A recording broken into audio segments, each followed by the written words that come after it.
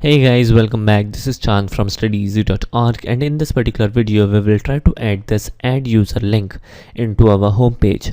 Now friends, this add user functionality contains things like handling the form validation, interacting with the database, and all these things we already know. These couple of videos are added in this particular tutorial series in order to give you more confidence in these couple of things: form handling, form validation, database validation, as we consider these things to be little difficult to understand. But if you all are confident enough and you know that how to interact with database, how to handle a form validation already, then feel free to skip these couple of videos, or else we would recommend you guys to check all these couple of add-on videos as well, because that will also help you all. So saying that, let's proceed further. Alright, so let me quickly close this particular window. This is nothing but a sample project which I have created in order to give you a demonstration. So let me close this. I will also give you a demonstration in a couple of minutes. And the file which we need to update is index.jsp.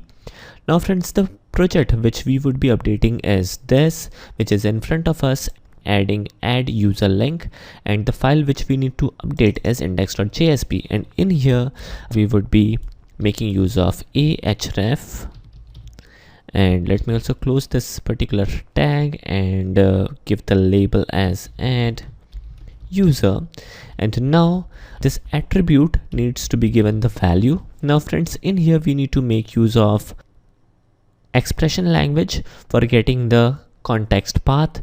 This is something which we have already done when we have added the CSS file in here. So let me copy this particular part from here.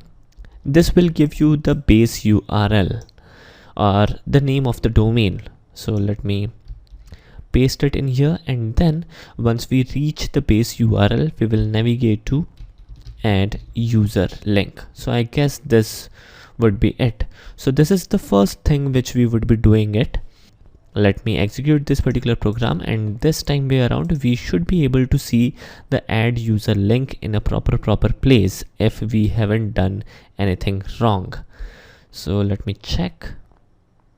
Alright, so the link has been added but in a wrong position. So let us add a paragraph tag, and that should fix our issue.